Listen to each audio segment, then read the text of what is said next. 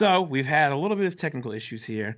We've had to do a couple of takes, but we are going to redo some stuff here because we've had some great conversation and some exciting things to talk about. So to get back into it, I apologize, everybody, but like I said, we're going to redo this because we're going to do it right. So if you don't know, this is the Unreal Podcast. This is my friend Chelsea Penner. This is my special guest for today. She is an entrepreneur. She does modeling, finance, love coaching, life coaching, many different things. She is an excellent networker. And those are the things that we have been talking about and we're going to get back into. So, to start out, we had talked earlier about the modeling stuff.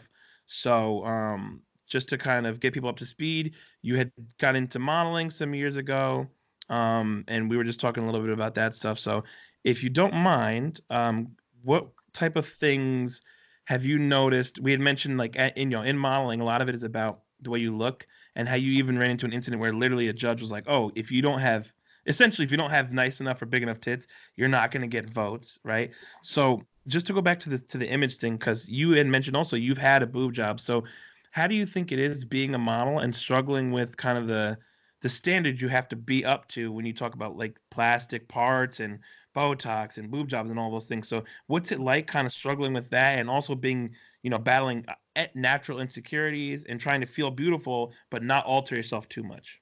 Yeah, thank you. Good question. So, before I modeled, I didn't have anyone walking up to me saying, you should get a boob job. And I didn't have anyone walking up to me saying, you should get a brow lift and like stupid crap like that people do. Yeah. I actually had a hater say that on one of my pictures once. I was like, why the hell would I do that? Like, my eyebrows looking like Joker. I don't know. Like what the fuck is it? I don't even know what a brow lift is. Like I didn't know what it was, and until she said that, I'm like, do I need a brow lift? So I looked it up, and I'm like, why would I need a brow lift? Like, I would look stupid if my brows were higher. Anyway, so but people will kind of do that when you put yourself out there as a model. You put yourself out on a stage or in front of the camera, and you have to exude a certain amount of confidence for the picture to look really good. And you're like, in the picture, and people are like, who do you think you are? You need a yeah. boob job. You need a whatever. You need, who knows, whatever people think you need. You need to lose weight. You need to gain weight. You need blah blah blah. They Like, you always need need to butt do job. something. Like what you're doing is never enough in the eyes of most of these people. Never, like, especially in modeling. But if it weren't for modeling and putting myself out there, I wouldn't have heard that stuff, and I wouldn't have been insecure about my boobs. So one modeling competition in particular that's going to be in my movie, um, I was like, I'm fit. I feel like I look pretty good. And my best friend, she became my best friend. I met her there. She's fit. She's beautiful. We didn't place. And all the women that placed had like, really huge triple G, like implants, like up to their chin, Triple G, that's obviously fucking fake, like crazy. really huge, like 700. See, I don't know what they were. They were And probably the straight up legal fucking limit. sandbags. The legal limit was in there, and they were all the winners. And I was pretty sure I knew what was going on, but my best friend really wanted to know, like, I need to hear it from a judge why I didn't place. I'm like, okay, let's go talk to him. So we went to Vegas where he lived, and we said, why didn't we place? And he's like, you guys both need boob jobs. You'll never go far in modeling unless you get implants. And we were like, whoa, we have to get implants because this guy that knows everything because he's a judge told us we need to. I think that was the last straw. And before that, when I modeled, I would hear it from men like, oh, you're a model, oh, you should get a boob job. Even one of my family members told me when I started modeling that I should get a boob job. And I was like, wow, all of a sudden people are critics when you become a model. Yeah. So I think that's why models are some of the most insecure people on planet, because everyone's judging your imperfections. Um, and because I was bullied into getting implants, I just this last year, I discovered that my implants were recalled and banned in other countries. They were Wow. causing deaths. They were causing leukemia, very specific blood type of cancer, and tons of millions of illnesses and sicknesses in women. So I decided to get them out. And so now I'm a filmmaker, and the movie is about the craziness of modeling, the roller coaster rides of modeling, and just how I think people become entitled with their opinions, and also Mm-hmm. men become entitled with being animals. They think they can get away with it because you're a model, and Yeah. so this is going to be a really crazy story about that, kind of like the movie Hustlers, where it's based on a true story, but it's a really Mm-hmm. interesting movie. It's going to be, kind of like that, but modeling and about boobs. So Everybody loves boobs. yeah, I know. Everybody loves boobs. Like, so modeling and boobs, it's called Toxic, and Oh, I it's in like that develop. title. Thank you. Yeah, it's in development now. And it'll be released in probably about a year and a half, because it takes time, for Yeah. everything, the shooting, editing, and marketing and everything. So yeah, about a year and a half. It's pretty exciting. That's awesome, and I'm gonna be super excited to check that out once it gets here.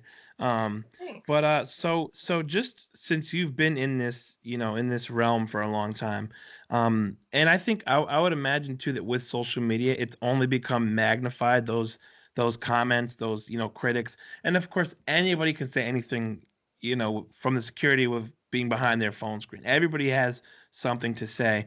And I always try to tell people, like, I always preach, you should really try your best to ignore it. But we all know that that's much easier said than done, especially when you're a model. And you've got one group of people who look at, a model and say, oh, I'm so jealous. I'm so envious. Like, I wish I was like that. But then you have the other, then you have the models who come to the realization that you've come to, which is like, this ain't all it's cracked up to be, because like, yes, people are going to think you're beautiful, but then there's also going to be an equal amount, if not more of an amount of people who think, oh, she needs a boob job, she needs her lips done, she needs her nose done, she needs this, her hair is this, her face is that. And it's like, do you honestly believe, at least from your personal experience, that trade-off of being subject to so much criticism and being also rewarded with, being able to have those opportunities and being able to be beautiful in pictures and stuff, do you feel like it was worth it? And if so, or if not, how come? That's a really tough question. Um, I I I don't want to take back any of the experiences that I Mm-hmm. experienced this lifetime, because modeling took my life to a whole new level of craziness and experiences that I never ever would have experienced otherwise. Like, I was a nun my last lifetime. I'm gonna be like I had a naughty nun outfit for Halloween. I think I'm gonna do some YouTubes about that. But so this time I wanted to kind of like get a little crazy and just like see what would happen after I did get my boob job. It is crazy, like how much things opened up to me and doors opened up to me, and traveling the world, and being in Maxim magazine and be on the back cover of Playboy and Maxim stuff, and doing Skull Tobacco. I like tons of like Juicy magazine, tons of really interesting stuff that happened after I got my breasts. And so if I'm on my deathbed, when I'm like 150, I'm not going to look back and say, man, I wish I never got boobs and never traveled the world and did really cool things. I'm actually probably going to think more about, like, maybe I should have loved more or something. I'm not going to take that back. I Mm-hmm. think if I didn't do that, I might wonder, like, what would that have been like? What would I, Yeah, so that's the worst. yeah, so I'd rather live with a mistake that turned into a lesson rather than regret. Oh, Um, 100%. It's better for you in the long run too, because then to avoid those things. And it's better to learn that stuff earlier on as well, because that's when you have more of the flexibility to make those mistakes. That's why a lot of us do our dumbest shit, in our in teens their and in our 20s. 20s, because Yeah, it's like you got the time to correct that stuff, learn from it, and move on. If you're getting into your 30s and 40s and you're still doing that kind of stuff, you have a lot less time and a lot less opportunity. So I think it's really good to yeah, look at it the way that you're looking at it. yeah. I have to, because otherwise, what would I do? Like, be living in shame and guilt, and you know what I mean? Like, that's not fun. I actually, I'm creating a movie because of all those experiences. That's Yeah, pretty badass. that's fucking That's really awesome. badass. I'm turning, having to get an X, or getting to do an explant. I don't like to look at things as having to. I Yeah. got to do an explant and then got to eat everything I wanted and suck it out and put it on my boobs. That was pretty fun, Oh, you that's know? fucking cool. Like, I was eating pizza and burgers and donuts, like Krispy Kreme all the time. Like that was fun, you guys. Like I have never had that kind of leeway with my diet, like ever. That's fun. So I choose to kind of like look at the positivity. Yeah. Otherwise, I don't know if I had experienced anything like that because it's not like I'm, trying to do a Brazilian butt lift or anything. But I did want to make sure that my boobs looked good after taking something out of them that's been in there. Mm-hmm.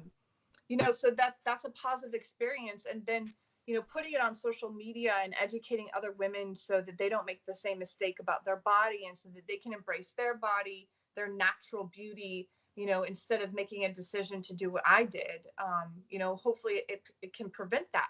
And I'm thinking, I'm not the only one. So I really think that in 2020, a look is more natural. Like what's more in now is more natural than it Yeah. was, like 10 years ago. 10 years Mm-hmm. ago was like overdone boobs, steroids for men, huge duck lips, like, everything fake, huge, huge, huge butts. And I think 2020, it's like a little more back to like natural beauty. And I think because of women like me coming out and saying, we don't need this plastic toxin crap in our body anymore. We're not Mm-hmm. trying to adhere to some unrealistic expectation of beauty, that is outside of us. It doesn't exist unless you put toxins in your body. That's just not fair. Yeah, So absolutely. So you mentioned how you've done like things like Maxim and Playboy and stuff. And if well, people who are I didn't watching, actually do Playboy, but I've been in ads that are in Playboy. oh, okay. I turned down Playboy actually. Oh, interesting. Oh, explain that Yeah. to me. Well, so this photographer that was really well known for the Mermaid series at the time, Jarmo, he approached me and said, I got approval. I showed some of your modeling pictures to do, Playboy, to shoot you for Playboy.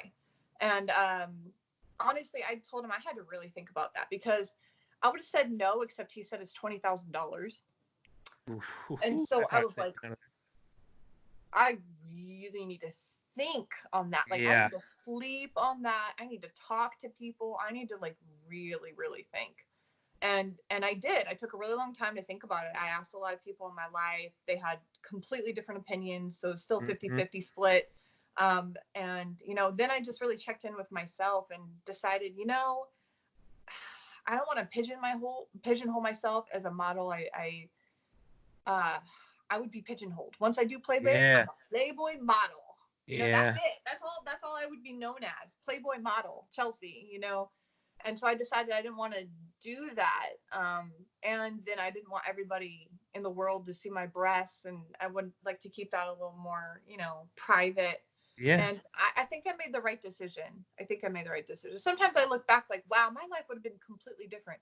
I had a crazy modeling life, but if I did that, it would have taken it to like a whole other level Yeah. of crazy madness. So It's so interesting you talk about being pigeonholed because like if you've ever noticed like let's say an actor who's known for like one role specifically, those actors want so badly to break away from that because they don't want to be known as just that one specific thing. Like you have all these other things you want to do. So I think it's interesting you mentioned that. But yeah, just to and then go, and also like there's women, in their 40s and 50s that are like real estate agents and doing like careers, and they're yeah, still you don't known think as about that stuff. former Playboy model, so and so, the real estate Mm-hmm. agent. So I looked at that too. I really like looked at the long term, and thought, it's not just modeling, but it's also my life. Yeah. I would be known as the Playboy model, Chelsea Penner, the Playboy playmate of whatever, 2018, whatever it was, like that's what I'd be known for the rest of my life. Well, it's So interesting too because before we had to do a retake, you had mentioned how you like to you like to introduce yourself as an entrepreneur mhm. because that just covers so many bases. And it's interesting you say that because when I think about it, like like my big thing is I would say in the realm of doing comedy stuff, but obviously I'm equally interested in doing things like this and having these intellectual conversations and just doing all kinds of stuff. And I said to myself, I was like, I don't want to limit myself to just that. So now I address myself as a content creator because that means I can be doing anything and you don't pigeonhole yourself. But Yeah. but just to go back to the whole the whole Playboy and modeling and all that stuff, what do you think it's like trying to find a balance between a woman, showing that you can be empowered through your body and you're owning your body versus opening yourself up to being exploited, or maybe even women who are just exploiting their own bodies or other women's bodies for the sake, or sexualizing it for the sake of money. So how do you think you find that balance where it's like, you can be sexy and empowered, but not just, a piece of flesh with, breast? Right. It's a great question. You know, I walked that fine line for a long time too, especially earlier in my modeling career. And I think the answer is always, your own intuition, your own self-worth and self-love. Because I think that, women, there's some women that do nude modeling, some women that do stripping or whatever, but they do it like out of like a wanting to own their sexuality kind of Mm-hmm. way, like maybe getting over a trauma, maybe like a Christian shame trauma, or, maybe they just need to be more comfortable in their skin. And for them to do it, they want to kind of over sexualize themselves a little bit to get into their, feminine goddess energy side. Um, and I think that that's great. I think that's Mm-hmm. amazing and it's beautiful.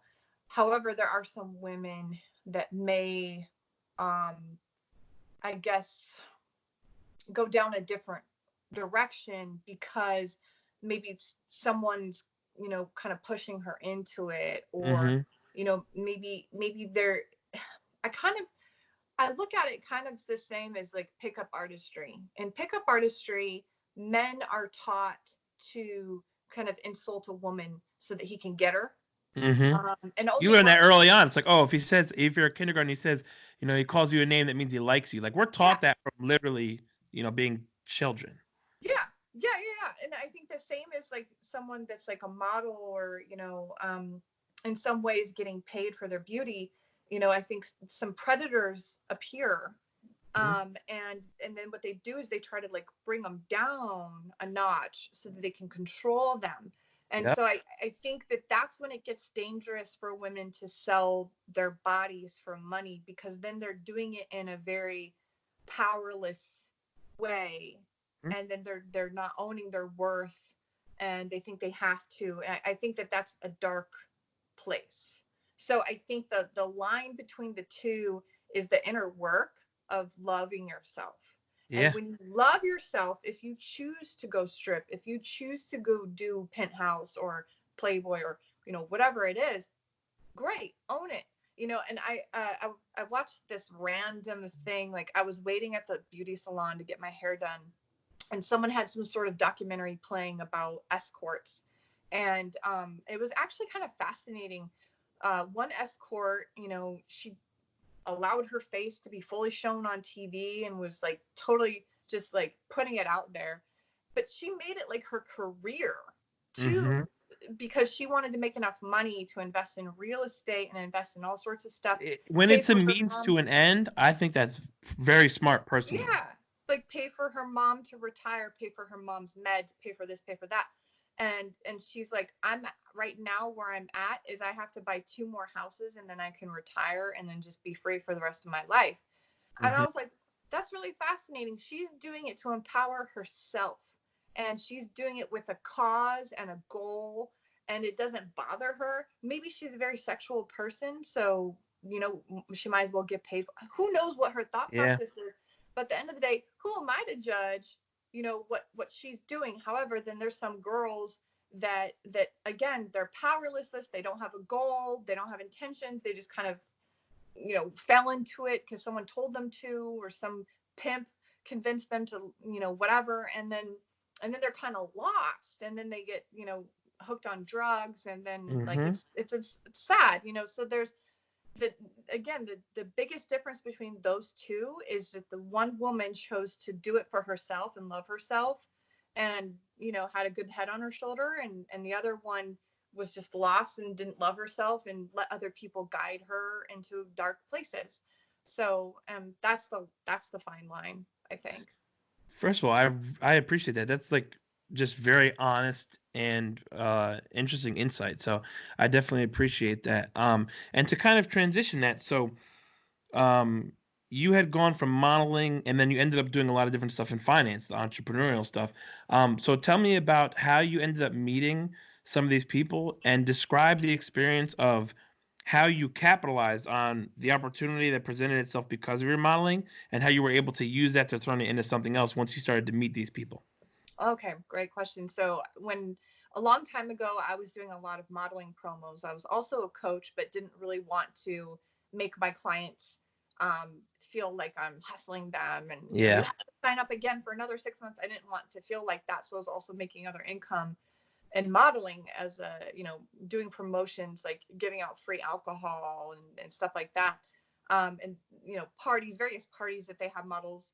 We either get paid to just look pretty at these parties, or we get paid to do like liquor or mixed drinks or whatever. There's always a job for a pretty girl at a party. Mm-hmm. So most of the time we were surrounded by really successful people doing these promotions. It's usually the people that can afford to pay model prices. Um, you know, so I would notice, like, when I'd go to a yacht party, for example, and I was giving liquor to people, everybody was successful. And some girls would, I don't know if they didn't have a education, or if they didn't love themselves. I don't know, but they would take it as an opportunity to like flirt and try to throw their Mm-hmm. bodies at rich men. And I took it as an opportunity to pick the brain. Hey, what got you here? What do you do? What do you invest in? How do you invest in that? When did you invest in that? And when did you get out? And what do you recommend for me where I'm at? And so I would just pick their brain, and a lot of the right kind of men would love that. Yeah, they want to talk about all that stuff. Yeah, it like makes them feel needed and makes them feel important. They're like, oh, this girl thinks I'm smart. So it worked out to my advantage in a lot of ways. In fact, I actually met my angel investor from my first tech startup doing that, because he loved the fact that I was so ambitious and curious and just like a student, just sucking in knowledge. We had several meetings where I'm like, hey, can you mentor me? And he's like, yeah, because he just loves it. He loves to, help other people and provide his knowledge.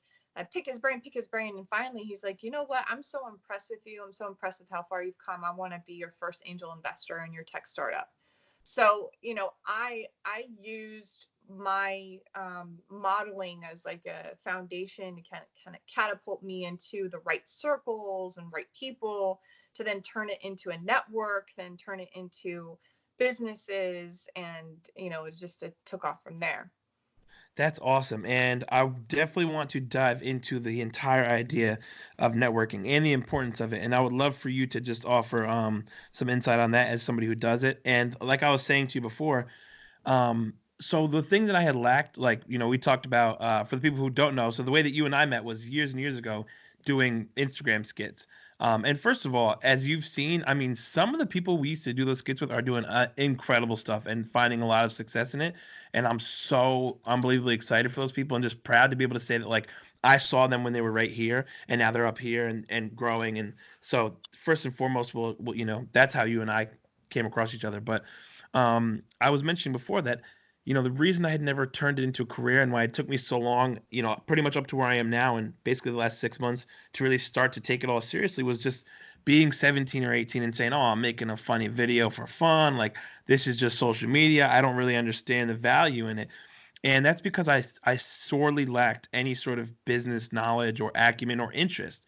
And something that happened to me recently was there was an opportunity presented that somebody wanted me to get in on. It was network marketing stuff, and I ended up declining, the actual thing itself.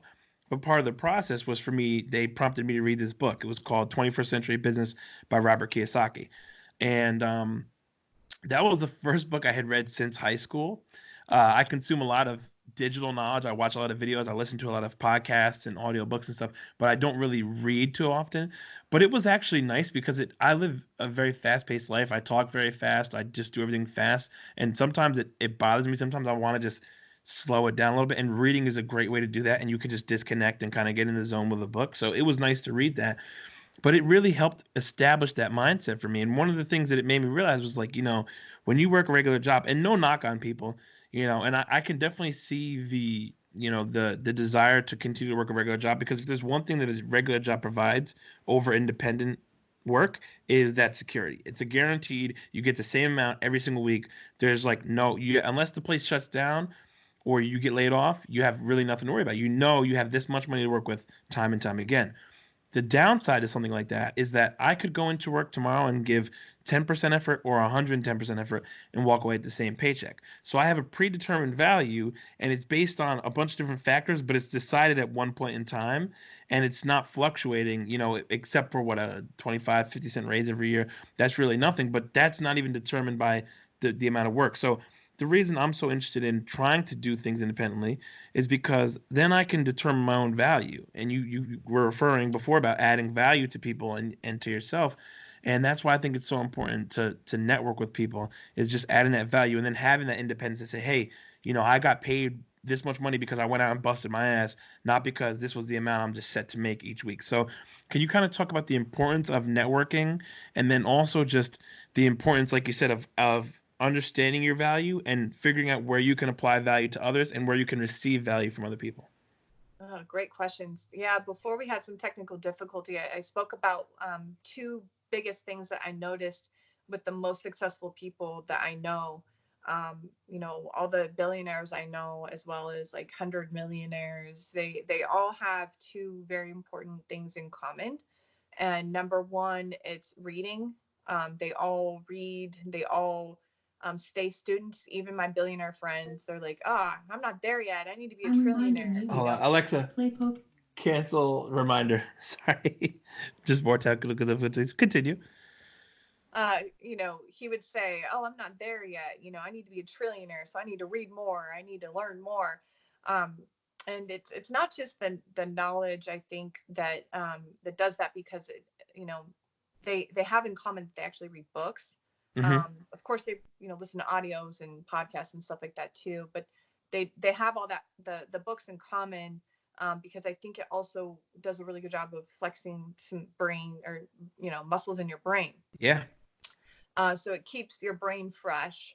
And I think it also helps with some sort of like work ethic for them because if they promise themselves they're going to read a certain amount in a week, that means they're not doing something else that's wasting their time. That means they're Hmm. not watching Netflix. That means they're not playing a video game or whatever may have you. So I think those reasons are why reading is very important to all the really successful people I know. And then the other thing that they have in common is that they all have successful people in their group. Um, they all help each other out. It's like a successful village. Hmm. And there's that saying that, if you're the smartest person in the room, then you're in the wrong room. And I think successful people really adhere by that. Yeah. They prefer to be, learning from other people in the group. They prefer to not be the smartest person. They prefer to learn from other people and sit and listen. Jay-Z's a really good example of that. He's really good at that. He'll Hmm. sit in a room of really successful people and just listen, take notes, and learn and grow. And I think Warren Buffett mentioned that to Jay-Z. He's like, I really noticed that you're, a good listener and you pay attention. That's important. No wonder you're successful. Um, and networking is part of the reason why I was able to add value to a successful group of people. Otherwise, it's like, what what do they have a need for a new person in their circle for unless Yeah. they're adding value? So Hmm. one of the values that I added was I have such a huge network of high net worth individuals, of very successful people, and that's valuable to them because if I'm connecting someone that owns an island with someone that owns an energy company, I made them trillions of dollars. And I'm Yeah. not exaggerating when I say I literally made them trillions of dollars. So that's value. I'm valuable. I made these billionaires trillions of dollars because Yeah. energy, that's how much an energy grid is worth. So, that's a value. And what successful people, the most successful people on earth are they add the most value to the most amount of people. For Hmm. example, Jeff Bezos is one of the most richest people on earth, I think, if not the most at this very moment in time. And he started Amazon, which is an online source of value to Mm-hmm. so many people. Like I was telling you, I used to live in a big apartment building with tons of people, and we all had like this mail room, and every day stacks and piles of Amazon boxes. And that's just one apartment Yeah. complex. So imagine like the entire country, world, like whoever orders from Amazon, that's adding so much value to so many people. No wonder he's so successful. And if you take that into consideration with the flip side of that, which is, homeless person or someone extremely broke, maybe they're in survival mode, they're offering a lot less value to a lot less people. Like, let's use an example as a homeless people.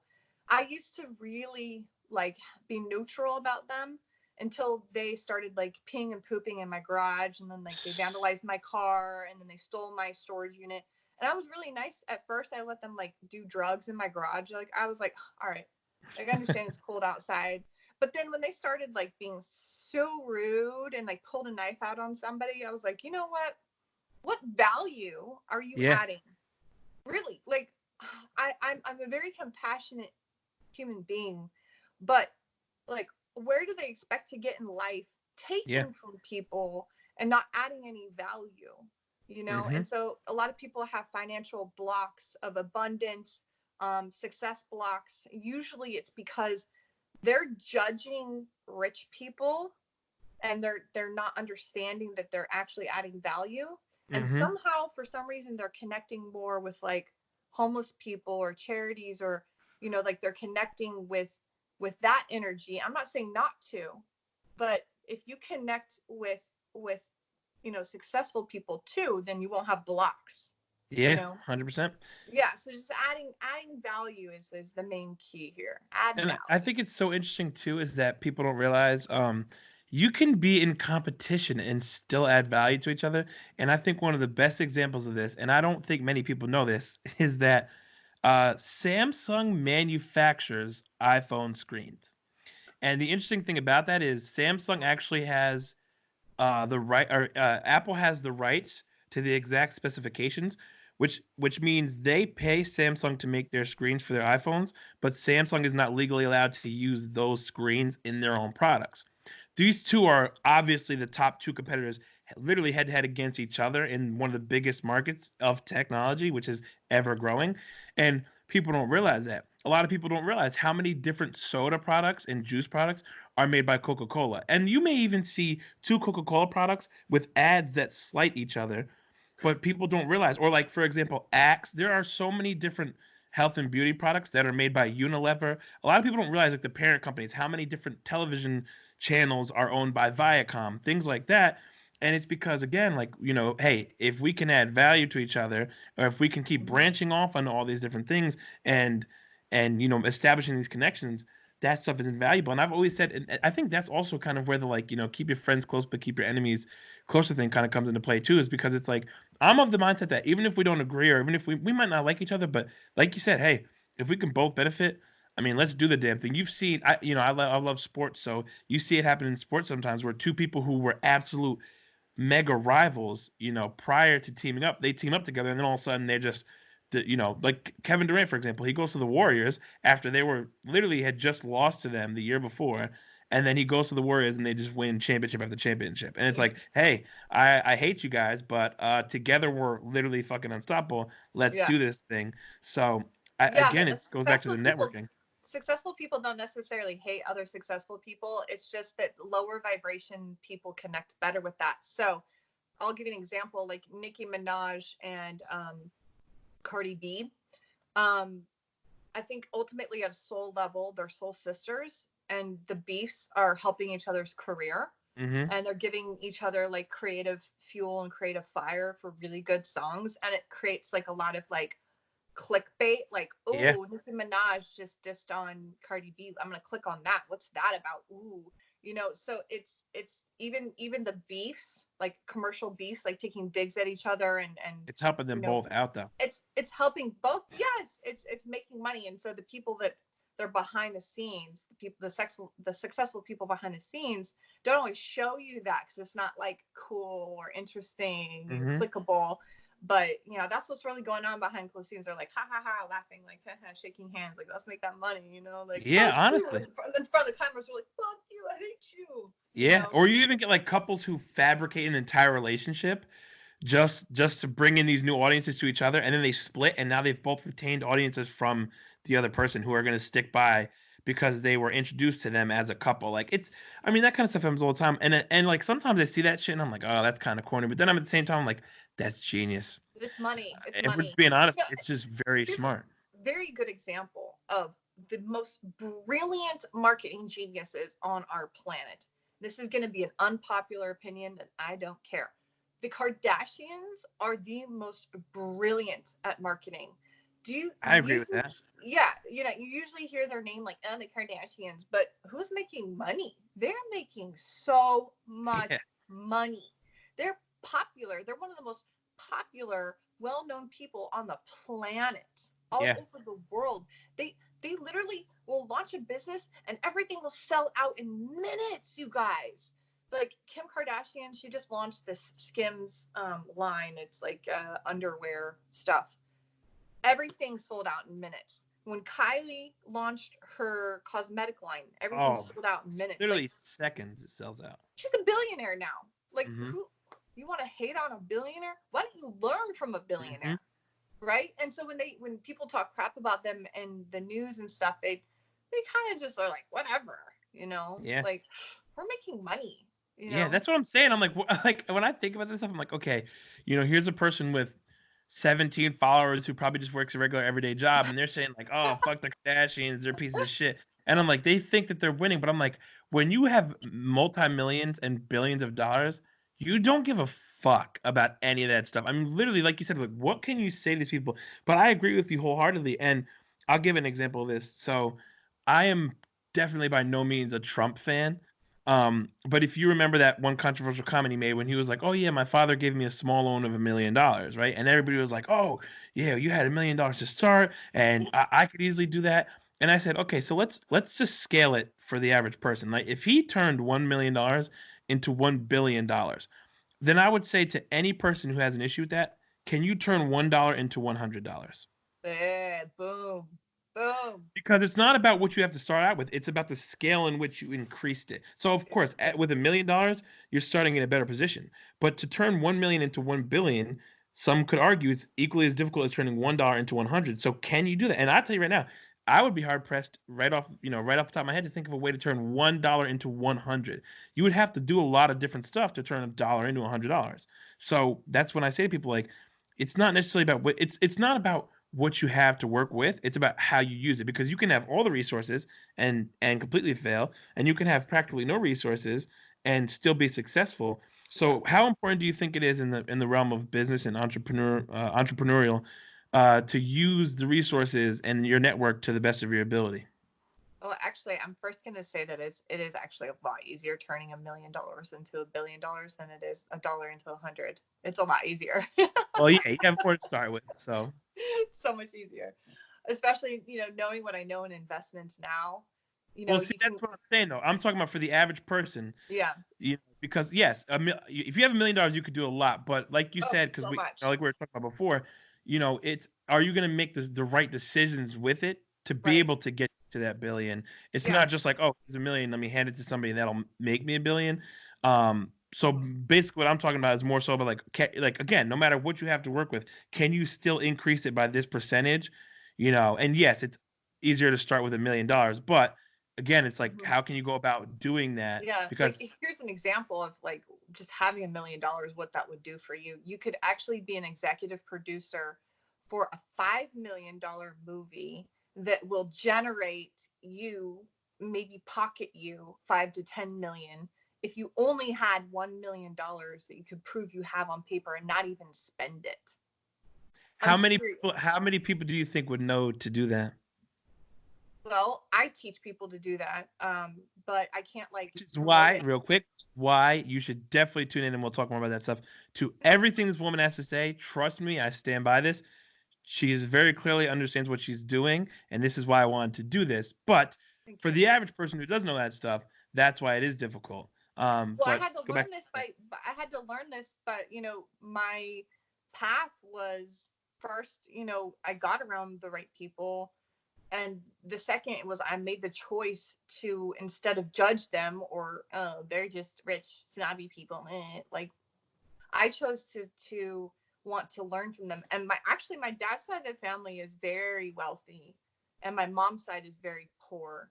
And I should write a book about this. I should write a book about That's a very rich interesting rich uh, family, poor narrative. family, because they end up getting a divorce and they hated each other, and there was so much like judgment towards the other people. And it's interesting because the rich side of the family would poke at the poor side of the family for them being white trash or uneducated, and that those blows. And then the poor people would, oh, they're snobby and Hmm. they think they're so uppity and they're just like, so they would kind of like, they both would do that. And for whatever reason, I think it's because of the media, because I don't know, filmmakers aren't typically super rich at first. So when you create a movie, you're also trying to appeal to the mass, Yeah, population, which is not rich.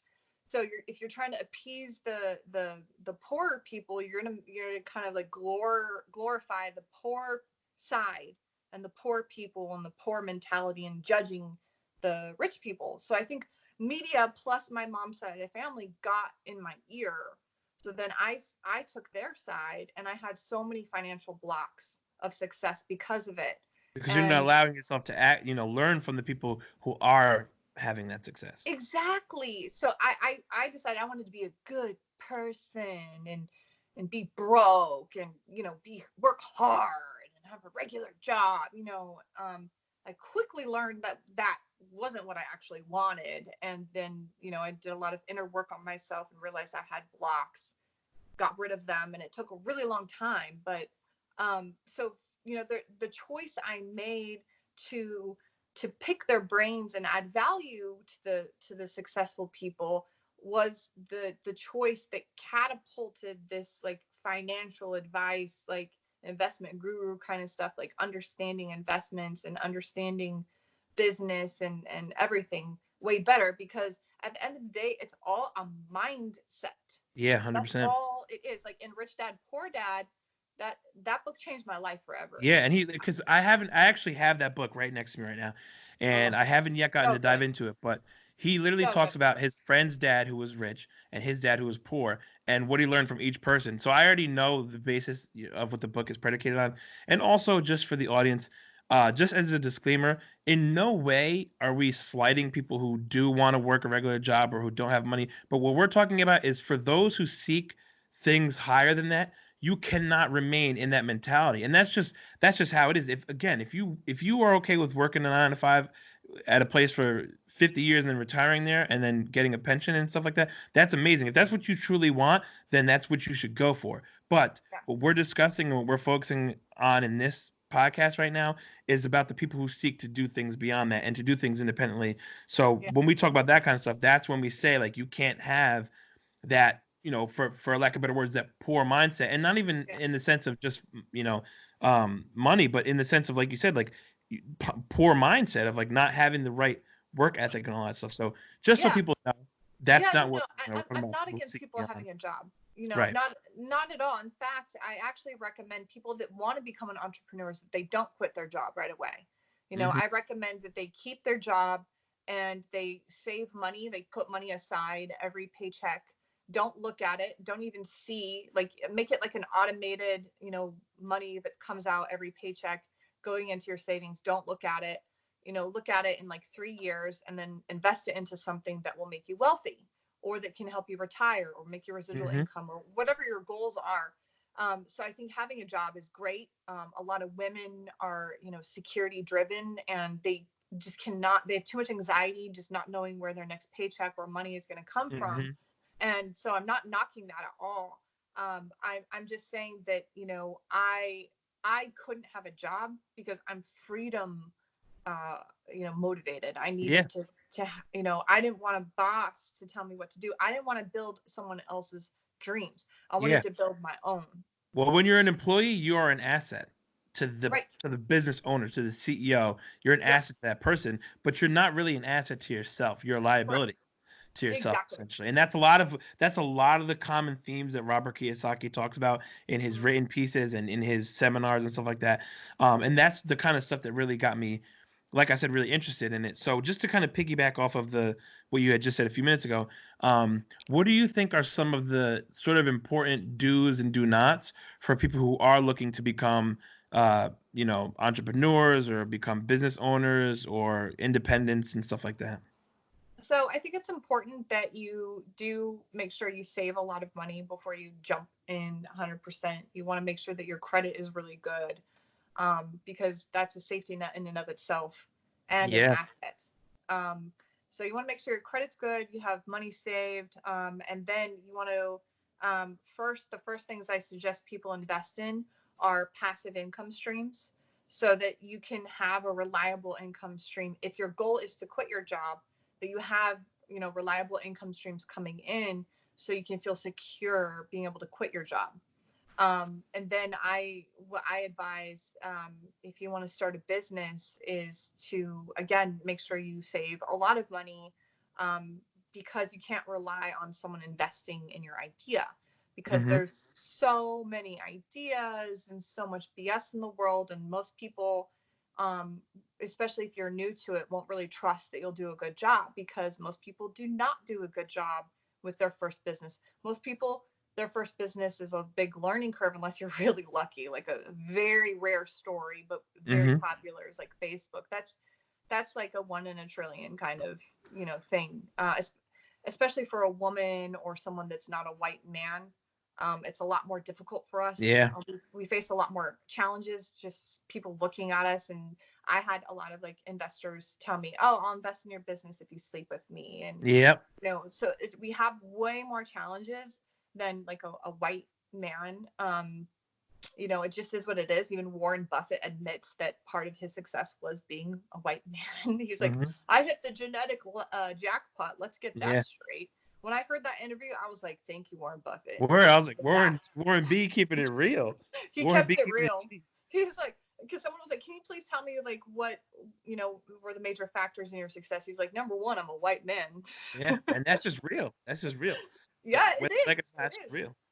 I know. So, yeah, I feel like, if you just want to retire, then I think focusing on a tons of different kinds of investments is the key. Passive income streams, residual income streams, businesses, stocks, everything. So you're really spread out. I always recommend movies because it's such a low risk, high reward. It's the best low risk, high reward thing I found, because you can actually be an executive producer, which is an investor in a movie, without investing any money, um, just by showing that you have capabilities, Mm. and I think that that's unheard of, and it's government backed too. That's the best. Real estate has always been, a very consistent wealth building tool for hundreds of years, so again, but a lot of different, you know things that you're doing. The average millionaire has 7 income streams. Mhm. So you don't just want to put all your eggs in one basket. Those are my recommendations. Yeah, definitely. And again, just to go back to Kiyosaki, one of the things that he says is that people don't realize, like, you want to have, like, the example he used was like, so many people think that the smart thing to do is to buy a house for 50 grand and then flip it for 100 grand. But he's like, do you want to buy a cow, kill it and sell the steak, or buy a cow and sell its milk? You're going to make way Hmm. more money in the long run selling the milk than the steak. You kill the cow, you sell the steak, you make money one time. You've made a Exactly. transaction, but you have an asset in the cow that provides you milk, or the house that you rent out to 3 people. And if you had if you had a duplex and you had 2 tenants and you rented out to them for maybe 2 or 3 years, you could probably pay the place off in just a Yeah. few years, and then everything beyond that is profit, as opposed to, again, buying it and then flipping it. Like, so I Hmm. think that's definitely an important factor to remember. Yeah. Same. Um, and then so just also because you had mentioned like the different types of income streams.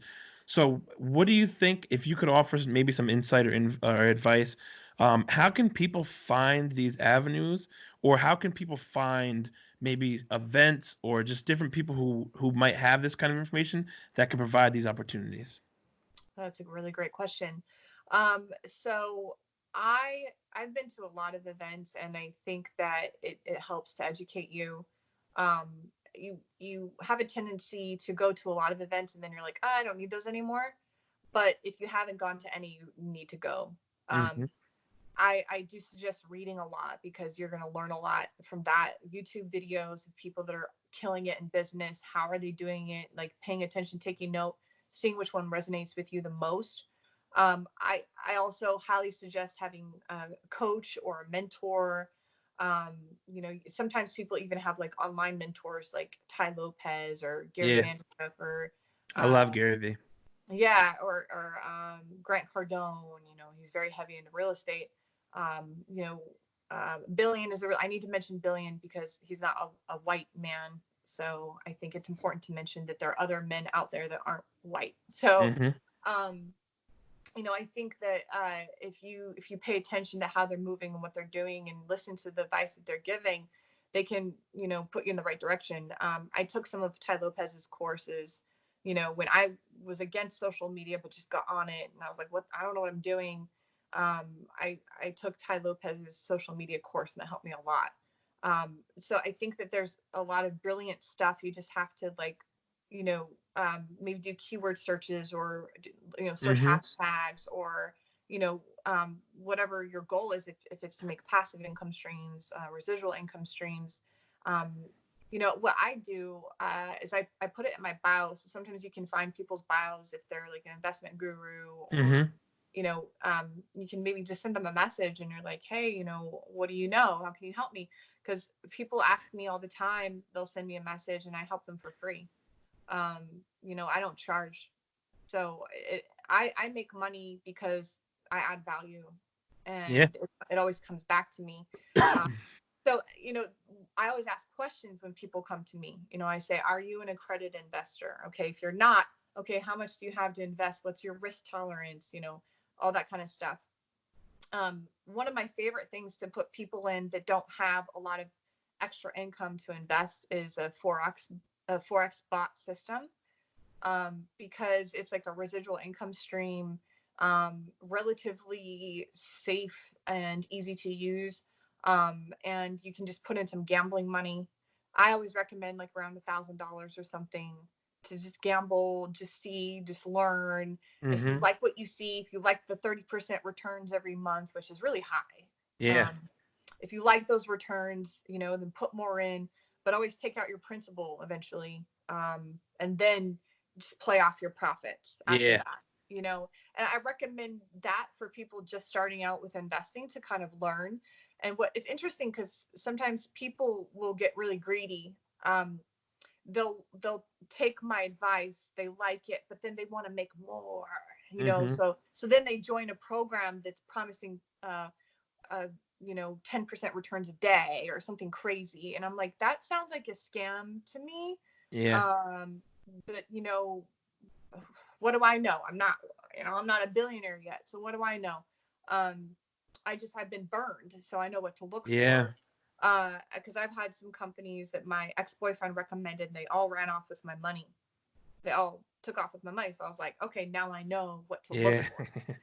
So then the problem is greed, so they're like, I want to make more, I want to make more. So then they put something in that's super risky, and then they lose it because, of course, it's not sustainable with Mm-hmm. how they say they're making money. Sometimes they'll say I'm a crypto trader, and you give me $5,000 and I'll give you 10,000 back in a Yeah. week. You know what? And people steal my pictures and videos pretending to be this trader, and then they block them, and they're scammed. And these people write me, they're like, where's my money? I'm like, I don't know what you're talking about. Yeah. And then they'll Yep. send me a screenshot of this catfish person that said, send me $5,000, I'll flip it and turn it into 10,000. I'm like, And it's like, no, first of all, come no, on, don't send your money to a complete stranger, and Yeah. no one can give you those kinds of returns. So I think you have to pay attention to, like, what kind of percentages are sustainable and not. And, you want to hear people out like, okay, that sounds reasonable. That doesn't, that seems a little high. A lot of like um, really successful people think it's a good return if you can make anywhere from like 10%, like 20% is really high. Yeah. They love it. They're like, wow, it's really high. So anything above that, they're like, that sounds pretty Yeah, it sounds questionable. like it's not even actually doable. Yeah, unless it's like a movie or something, which is completely different. Because Yeah. if you invest in Avengers, you're gonna get a crazy return of investment. So that's different. But I'm talking about like a forex system or a crypto system or something for the beginners, and they prey on beginners. So I Yeah. think it's important to talk to someone that's already in a system, maybe is friends with the owner. I'm friends with the owner of the system that I use, so I trust that, because if anything goes wrong, I can call the owner up like, hey, Mhm. where's our money? And then they're like, okay, I'm sorry, the Bitfinex, held our money. We'll get it back to you as soon as we sued them, so we'll get it back soon. Like whatever. Just knowing that it's like not out of their hands or something Yeah, and happened. there's more transparency in those kind of circumstances. Right. So, but I had to learn the hard way, because I that's how you become a good investor. Mhm. Um, and then of course the greediness also makes people lose money in like the stock market and stuff like that, because then they play on FOMO, and Yep. it just doesn't work. So greed will never work for you in investing. And so I think it's really important to focus on what's sustainable, what other people are doing that's working for them. If more, you said transparency, so all those things. And then if something doesn't sound right, then trust your intuition. Yeah. Absolutely. So first of all, I really appreciate all of that insight, which, by the way, for all the viewers, is free. So listen to what the hell this woman is talking about, okay? But lastly, before I let you go, though, let's talk a little bit just about the love mentoring stuff. So tell me how you got into that and what you do. I know you actually, I believe you have a degree actually in communications, right? Yes, that's correct. Yeah, I did my research. So tell me a little bit about that and kind of how you got into it and what exactly it is.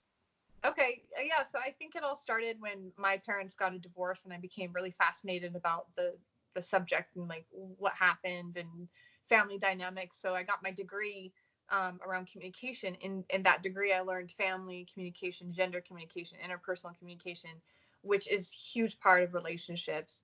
And then I became a life coach right after college, first by getting life coached, Mm-hmm. but for a long time. And I was like, oh, I love this. Like, I changed my life completely. I want to do what you do. Can you teach me? And she is a trainer that gives certifications, and she has a business that she has people become life coaches. So I became a certified life coach, and that was like over 15 years ago.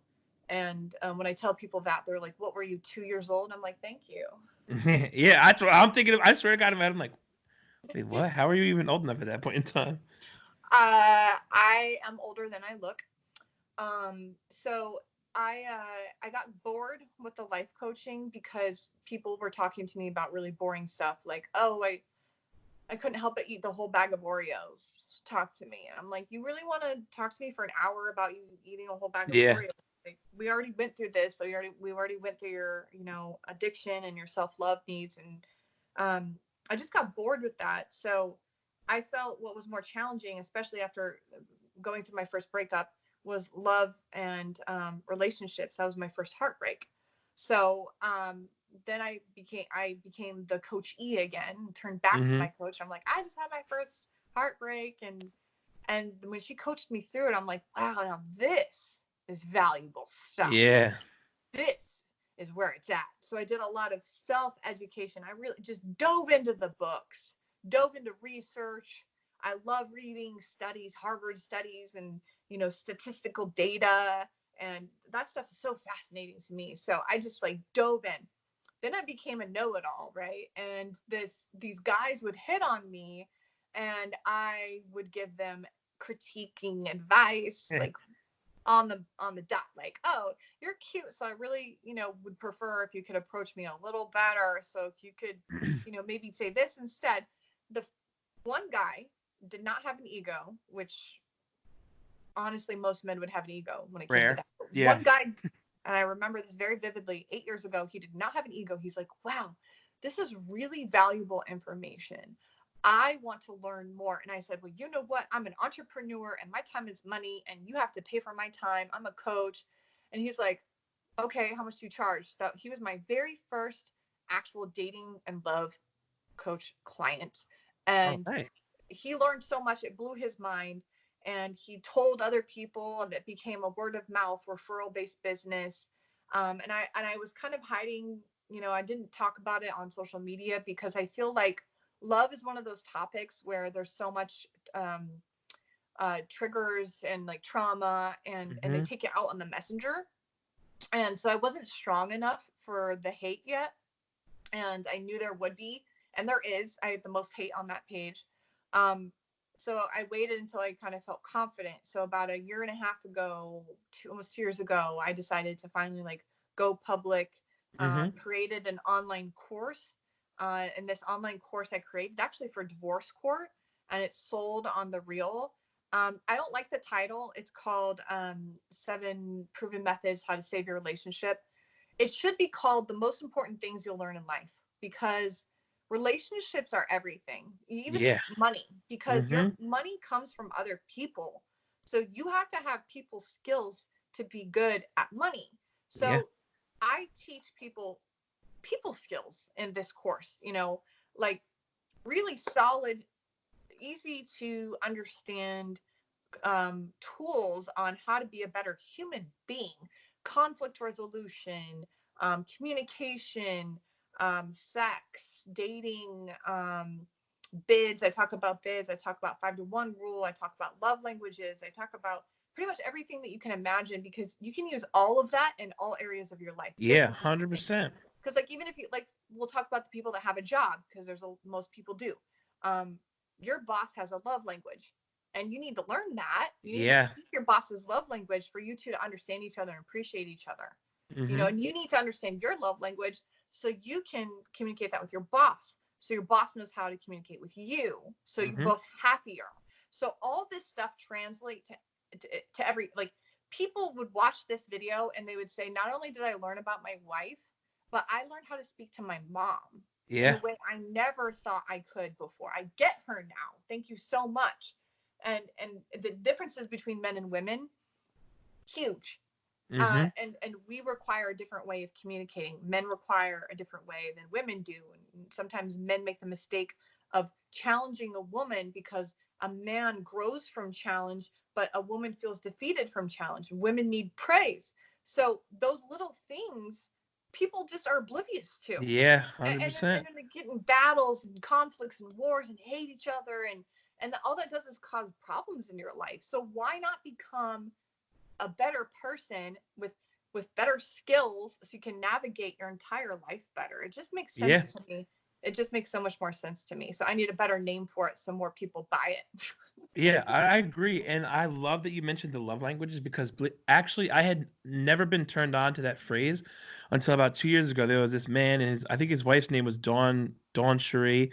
I forget what his name was though, but they were on, I think, Steve Harvey, and he talked about it, and I had never heard the phrase before. But I think the love languages are like, I think it was like gifts, time, physical touch, and then there were two more. I forget what it was. But basically, what the premise of it is, there's five of them, Quality right? time. You said quality time, Quality time, acts of gifts, service, and acts of words of service, affirmation. words of affirmation. So, and the one thing that he kept mentioning, which is exactly what you're hitting on right now, is that like I think so many times we fail to realize it's just so natural to send out a message in a way that you would want to receive it. But Yeah. you have to understand that it's so much more important to focus on the way that the message is received, and you have to make sure you're sending it in a way that'll be received in the way you want it to be interpreted. So Mhm. if I wanted to say something to somebody in a way that I would understand it, I that doesn't mean they're going to understand it that way. So I have to say something that can do two things. It could be received in a way that's understandable for them and is also what I want them to know. But it Mm, might not come out the way that I would want to hear it. And that's so important. So, it and is. again, like, that goes back to having the communication degree and just communication. So do you think that communication is pretty much just the most essential foundation of any relationship you have in life? I mean, I'm pretty biased because I got my degree in it, and I'd like to say yes. But another factor that's just as important, if not more important, is self-love. Yeah. Because if you don't love yourself, you don't have the capacity to love others. If you don't Yeah. have empathy for yourself, you don't have the capacity to have empathy for other people. Mm-hmm. If you don't love yourself, you're kind of a shitty person, Yeah. really. Because you don't, what do you have to offer other people if you can't even offer yourself love?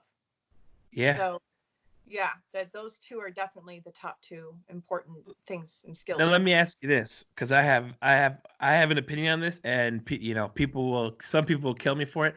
I personally feel like, now I don't have I'm not married and I don't have children yet, but I stand by this when I say I personally believe, and I want to hear your completely honest opinion. I personally believe you should always be the person you love the most in life.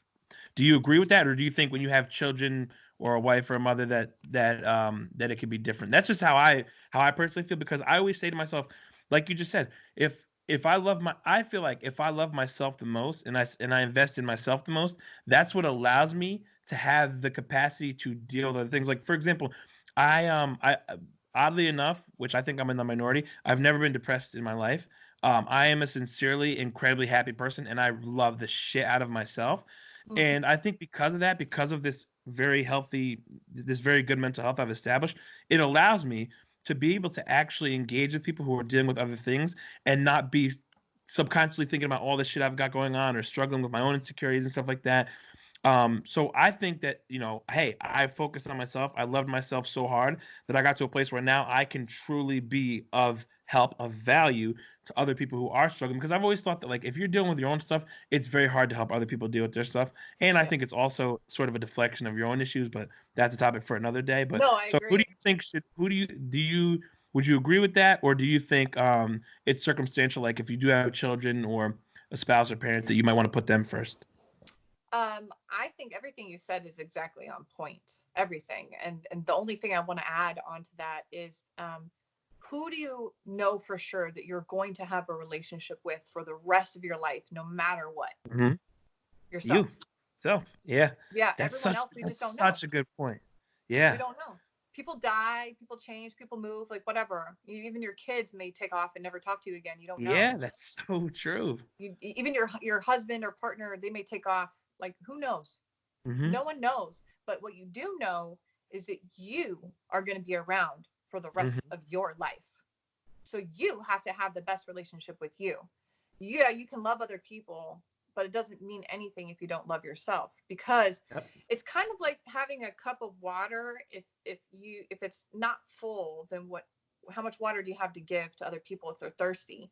Hmm. But if your cup is full of water and overflowing, how much love you have to give, Hmm. and so I think that, a lot of mothers think they have to love their child more than themselves. And sometimes, And people will they label it as get burnt selfish out. and all these other things, but Yeah, but then they get burnt out, right? yeah. Because they're not doing any self care. And then if they're burnt out, then let's say that their adrenals got burnt out, because I did that once to myself. Their adrenals got burnt and they had to go, hook themselves up to the trauma machine at the doctor's office and stay in bed for a month. What kind of a good mom are they then? They can't go watch their kids play. They can't go drive their kids Hmm. anywhere. They can't cook their kids food. So what good are you doing them by overextending yourself? So, Yeah. it's important that you're number one always, and everyone else, they will feel love. And it's crazy because I've always made myself the priority for love in life, and everybody I'm around feels so much love for Hmm. them, and it's just natural. It's because, like, I love myself, so I can love you. If you don't judge yourself, then you don't judge them, and that feels loving to them. Yeah. Yep. So yeah, I completely agree, and I think it has a lot to do with depression, that people that Yeah. don't love themselves are typically the depressed people and have a lot more issues with substance abuse and, addiction, and all whole host of issues that stem from not loving yourself. What Yeah. good are you to society or your friends or your kids if you become addicted to drugs? Yeah. 100%. And you're So setting yourself up for failure when you don't love yourself. And yeah. that'll lead me to one last thing. I don't want to keep you super Okay. long because you're already on our second take, but I think one of the and I've spoken to so many people. I love these kinds of conversations, and I've spoken to so many people, and I think one of the most common issues that so many people run into, and it always stems from the lack of self-love, is I think so. I've always been of the mindset that when you meet somebody and you fall in love, I always think, well, anybody in your life should make you a happier person. They should never make you a happy person, because for them Mhm. to make you a happy person means that they are the foundation and the source of your happiness, as Correct. opposed to being an add-on to happiness you've already established for yourself. So, how often do you see that happen? And how do you think maybe there are some ways that we can avoid? Because I mean, you see it a lot, like where people become dependent on someone, and then all of a sudden it's like, okay, like you said, you break up, that person moves, that person passes away, and then you're lost. You literally don't know how to provide and sustain happiness for yourself because you allowed some other person to provide that for you. Do you see? I'm imagining you see that a lot, right? Yeah, yeah. It's so funny because you said everything so perfectly. I really don't have that much to add because that's exactly what happens. Someone will die, someone will break up with them, someone will move on, and then they're lost. Like their whole identity is lost because their entire life was built around someone else, and their whole happiness was built around someone else, or their value that they think that they brought to this earth was being in this relationship, or being a good Yeah, daughter, good mom, whatever. So again, it all comes back to loving yourself and knowing that you have value, just being you. Like you are a gift. You are an unrepeatable miracle. hmm I love that. That's awesome. I've never heard somebody say that, but I think that's great. Yeah. Yeah. And if I you love you that. know that and you believe it and you say it to yourself, then you're going to emanate that, and you're going to just shine pure love to everybody and be pure love to everybody, and then be happy if someone comes and goes. Great, thank you for the time we had together. I'm sorry we didn't work out. Maybe next lifetime. But there's no hard feelings because you love yourself, you're firm within yourself, you did what you could. There's no regrets. Yeah. So and a lot less attachment that way. I just think you've said so many really insightful and it's incredibly accurate and relatable things. I mean, I don't think there's a person who, if they watch through this, that there's not going to be at least a few things, and not even just one, at least a few things where they're like, that's relatable. That's something I've always wondered. That's something I've wanted more insight on. So I can really appreciate that. And before I let you go, where can people find you, and what kind of resources do you provide as far as like courses, and just connections and stuff like that, where maybe people can get a little bit more information on this sort of stuff, any of this Yeah. stuff. So I have a personal Instagram page, and I filter, some things to my business pages from there. I talk about some things on that page. I have a link tree that has all the, different stuff that I do on that page. And so that's the Chelsea Penner. Hmm. My love and dating and relationship page is it's the Love Mentor. Love that. Yeah. Yeah. And my website for that is lovementorchelsea.com. And I'll have everything up on screen and in the description. So if you're watching this and you want to know, click the link or just search what's going to be right on your screen. Thank you. And the last one is the Crypto Goddess. And that's both a website and an Instagram handle and Facebook and Twitter. So the Crypto So you Goddess. are I talk all over about the money. place. Yeah. Yeah. Well, listen, hey, if you want to learn more about love or money, and if you watch this and you're not sold that this woman right here has a lot of insightful things to say about a lot of different things, then I don't even know what else to tell you. But take my word for it as a personal cosign. Very valuable knowledge, useful information. I really appreciate your time. And I look forward to just working with you and connecting with you in the future. Thank you so much. That was so sweet of you. I had a great time speaking with you. Thank you again for everything. Yeah, no doubt. And as always, I will see you all next week. Peace. Oh, hey, did you like the episode? I hope you did. And if you did, then maybe check out this one.